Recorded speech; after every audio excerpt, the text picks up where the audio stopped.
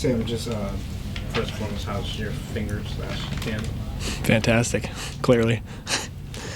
Yeah, I was jammed it on that first play, and to be honest, I wasn't sure if I was going to be able to shoot, but adrenaline's a real thing, so figured it out. How's it feeling now? Great, yeah. Obviously, to be able to come back and do those kinds of things, it was not only your off-ball movement, but also your ability to get to the paint and spread the offense as well. What did you see from the defensive approach that they took tonight that allowed you to have success? Yeah, I mean, I thought we played with a pretty good process, and we've been preaching some things that we want to do better offensively, and I felt like there was a real intention to do those things, to get to the next swing pass, the next action, the next drive, and that opens stuff up for a guy like me and for our other role players as well. So nothing real special, but I thought we played. Donovan obviously was fantastic, 7 assists. Evan was 6. Like, those two both drew the help, especially Donovan going crazy in the first half. They're going to help off him, and they made the right plays. Mark, so how have you and Donovan developed the chemistry you guys have put on display this year? It feels like he has innate knowledge of where you're going to be on every play. Is that just reps? Is that something you guys worked on specifically in the offseason? Yeah, I think it's reps. This is now our third year playing together. I've mentioned we sit next to each other on every plane ride, so we watch a lot of film together. He is a film junkie. He definitely watches the most on the team, and that's part of the reason why he's so good. But we do a lot of, he likes to rewatch the games right away. I like to wait a little bit, so a lot of times we'll be on the plane and he's got the game on and I've got my show on or whatever, but I'm really watching the game, and we'll talk through things and whatnot. So yeah, he's obviously a very smart player, and part of it's just he draws so much attention that if I can get in the right spots and set screens for him, like, I'm going to put myself in positions to get open shots as well. Kenny mentioned on top of your three-point shooting, he feels like you're getting more comfortable kind of turning the corner because teams are flying out on you. You got the nice layup at the end there. Do you feel like that part of your game is taking a jump forward this year? For sure. I'm feeling much more. I mean, I've mentioned before, but like last year I would get run off the line or drive a closeout or whatever, and all I could think was pass. Like, where am I going to get to the next pass? And I feel like I've taken a couple mid-range jumpers, taken a couple floaters, some shots at the basket. Like, I feel like I'm almost there. Now I feel like when I drive, I'm looking for my shot, understanding that, like, that's not always going to be there, right? And a lot of times it's just make the right play, but I think the mindset is probably correct, because there are guys that just drive to pass, and it's easy to guard those guys. So I feel like I can continue to grow in that area, but I'm fairly happy with the way I've started as far as that goes. Jim? Kenny dropped a couple. He put you in company with shooters like Kyle Korver, Joe Harris, who he's coached in the past. When you were coming up, who were some of the players that you modeled yourself at? Yeah, coming out of college into the draft, Joe Harris was a guy I watched a lot. He was kind of in the prime of what he was doing. Duncan Robinson, same thing, and Tyler Hero as well. This was, before Tyler Hero was like, a 25-point-a-game guy, and he was can come off screens off the ball, but also play a little bit with the ball in his hands, and that's what I felt like maybe my strength was going to be coming out of college. And so I would say those are some of the guys that I used to watch to try and understand how are you creating space, what kind of footwork are you using, like what kind of shots can you get off, stuff like that. Obviously your opportunities have increased.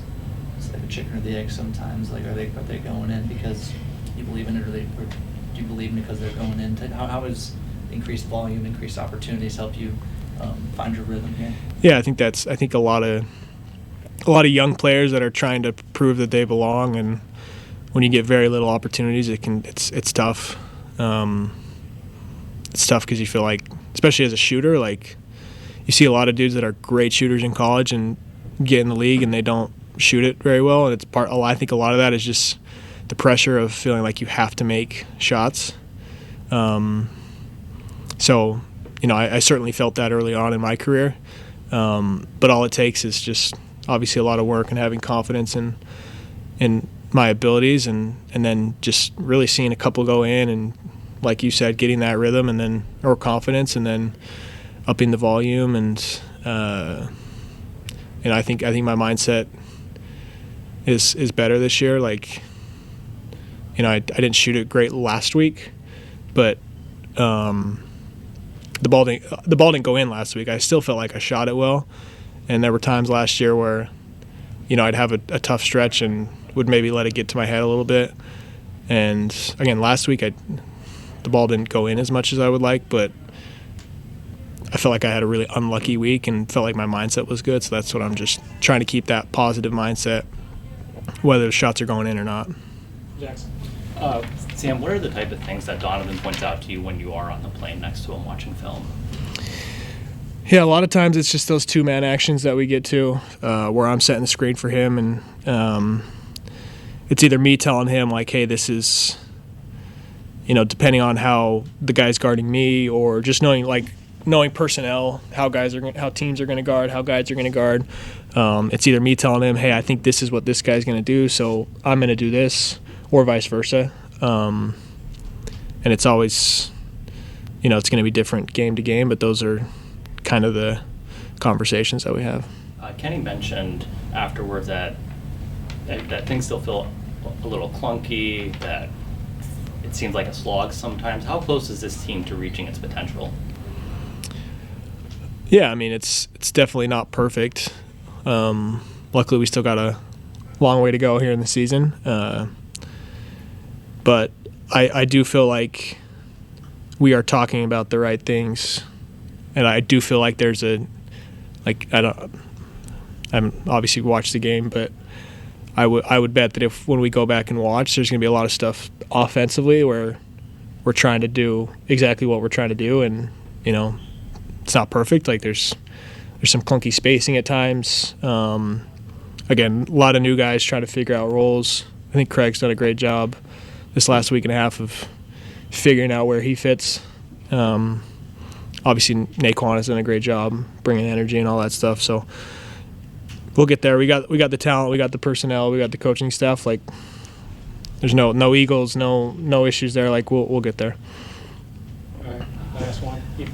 Sam, you talked about just the mental journey to be able to even have a rough week and then come back and be able to play with the confidence that you have. You've never been a player that didn't have confidence. What was it that allowed you to take that next step mentally? Yeah, I think I always talk about, I think there's a difference between like micro confidence and macro confidence. And my macro confidence never changes, but everyone goes through ups and downs. And so just, last year, even throughout the summer, like my shot just didn't feel as good as I wanted it to. And, then had some wrist stuff, and it just, that's why I think I had those rough stretches, and maybe they got a little more prolonged than I wanted to. But this summer worked hard on, getting my base back, getting consistent arc back, getting a little stronger, a little better shape, and that's allowed me to just feel good about where I'm at, and understand that bad nights are going to come. It's a long season. You're going to have bad stretches. Everyone does, but keeping that macro confidence at the forefront. Yeah, it's gonna wrap, Sam. Thank you, guys. Thank you.